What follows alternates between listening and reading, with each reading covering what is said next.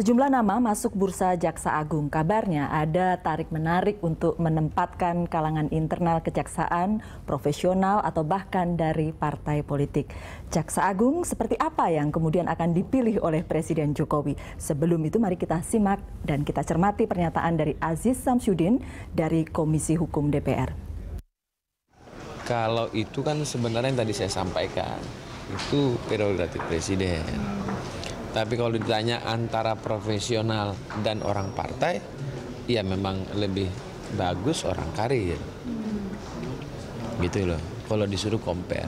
Tapi juga tidak menutup kemungkinan orang partai juga mampu juga, profesional juga, begitu loh. Nah, ini kan tinggal Pak Presiden untuk memilih mana yang terbaik kan begitu. Iya Bang Don, ini politisi yang mengatakan. Makanya Nung, ini pernyataan yang bersayap dan harus ditafsirkan agak abu-abu. Bersayap dan berbunga-bunga. Iya, agak abu-abu. Tapi yang ingin saya katakan, sebagai orang yang juga bersama Mas Budiman ini bertahun-tahun di lapangan lihat meliput masalah-masalah hukum, rasanya ya saat ini saat yang tepat untuk move on, betul-betul move on dari kejaksaan. Dan saya kira cara berpikirnya Jokowi itu sederhana. Cari orang yang mungkin akan memberikan beberapa highlights. Kalau tujuannya adalah membersihkan korupsi, udahlah tangkap dulu, bisa tangkap 20 koruptor besar. Udah, dia akan mengatakan, maksudnya diberikan target untuk diberikan target seperti itu, sama seperti pelabuhan cukup 5, kemudian kawasan industri 11 di luar Jawa dan seterusnya. Kira-kira akan seperti itu. Bagi saya dia tidak akan berpikir terlalu berat. Yang jadi soal adalah statementnya kayak teman-teman di DPR tadi, lebih bagus orang profesional dan internal yang menurut saya kan di kejaksaan itu kan saya tidak tahu persis, tapi kan ada cerita. Kerabat saya itu lawyer ngomong. Kejaksaan itu meniadakan yang ada dan mengadakan yang tiada. Dan itu kan cerita yang sudah umum di publik gitu. Itu kira-kira Pak Ruki. Saya cuma mengutip kerabat saya yang lawyer. Saya keberatan. Enggak, saya setuju. Tapi case saya akui tidak. ada. Tapi kalau generalisir itu enggak. Itu betul juga. Iya, tetapi kalau kita garis bawahi misalnya, ya siapapun orangnya, begitu kan. Tetapi tidak sempat lagi belajar.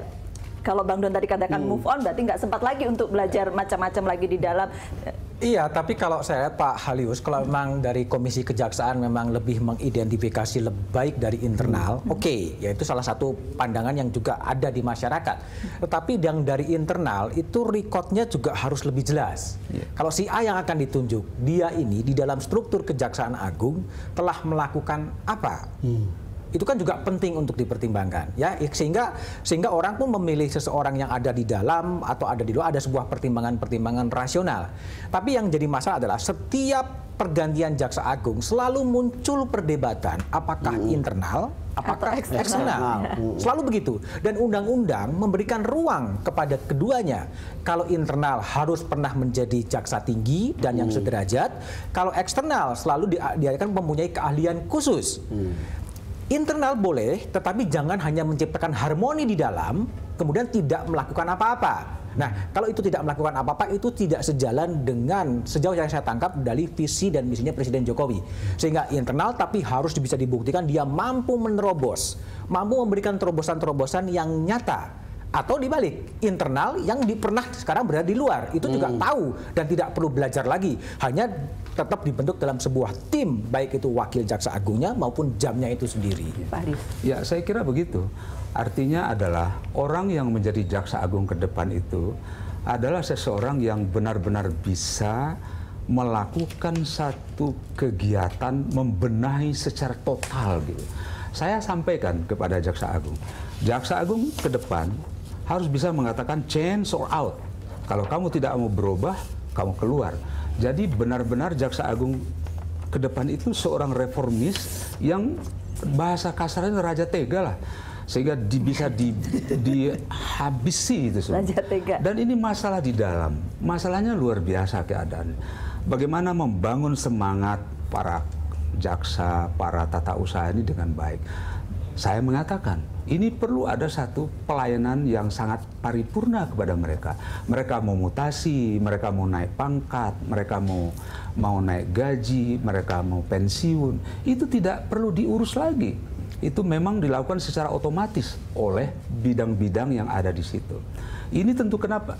Apa yang akan terjadi? Tentu akan menimbulkan semangat.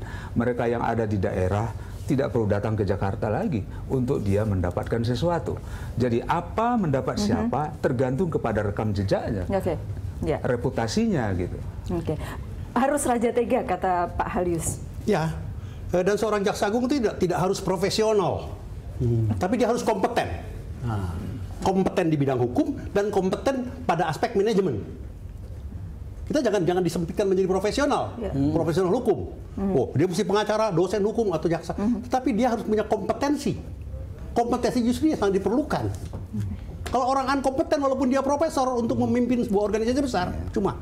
Nah, lalu kalau soal internal misalnya, internal harus mengenal lama. Kan sistem sudah ada, tinggal pijit tek keluar semua data pegawai kejaksaan berapa. Setelah sedikit Pak Ruki, kalau dari penjelasan Pak Halius ini, bahwa masih ada soal mutasi, ada soal naik pangkat, dan sesuatu yang semestinya berarti jaksa itu belum betul-betul belum berjalan, masih berkutat dengan urusan dirinya sendiri. Sementara yang diharapkan sekarang adalah sudah mengerjakan untuk kepentingan rakyat nih, soal keadilan ya. Kenapa soal kompeten? Jonan yang dianggap berhasil. Apa dia orang kereta api? Bukan. Dia orang keuangan, kemudian dianggap berhasil menjadi dirut kereta api. Susi. Apa dia orang yang punya hubungan dengan ikan? Tukang ikan dia. Kemudian misalnya dahlan iskan. Seorang wartawan tiba-tiba pengen BUMN. Emir Sassatar, bukan penerbang dia. Dia orang keuangan kemudian menjadi dirut. Jadi persoalannya bukan persoalan dia profesional atau tidak, tapi kompetensi dia yang harus kita tantang. Kompetensinya bagaimana dan kemudian tentunya memiliki background hukum yang memadai. Pak Jaksa Agung Suprapto sukses karena kemampuan, karena kompetensi manajerialnya. Ada pengalaman kita, Pak. Saya mohon maaf, saya tidak berani sebutkan namanya Jaksa Agung itu, yang dari eksternal. Mereka tidak profesional sama sekali dalam menentukan bila mana ada satu perkara yang akan diputuskan. Sehingga dia perlu belajar dari orang luar, mendatangkan orang luar sebagai ahlinya di situ. Ini kan juga menimbulkan friksi yang luar biasa. Makanya saya katakan, saya setuju dengan beliau, kompetensi baik secara manajerial maupun secara keahliannya. Dengan demikian dia bisa menetapkan sebagai seorang jaksa agung, bila mana dihadapkan kepada dia satu permintaan putusan, dia bisa dengan mantap memutuskan sesuai dengan keahlian. Bedanya cuma Pak Luki mengatakan internal atau eksternal tidak terlalu masalah gitu kan. Saya kira kalau dengar yang begini, itu kan sama dengan Mas Budiman tadi bilang.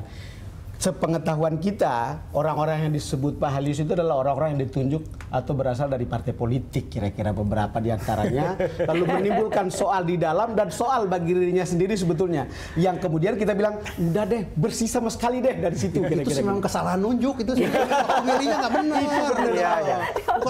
Dan kalau kita lihat dengan Bapak Presiden kita, barangkali kalau tidak kompeten dalam 3 bulan diganti aja, kenapa sih kan gitu? Ya, kalau memang tidak akan membawa manfaat bagi bangsa, bagi kejaksaan, bagi keadilan, kenapa tunggu lama-lama gitu? Kalau kemudian ditunjuk, kalau nggak kompeten ya sudah, sekian bulan selesaikan saja, ganti lagi. The Headlines akan kembali sesaat lagi.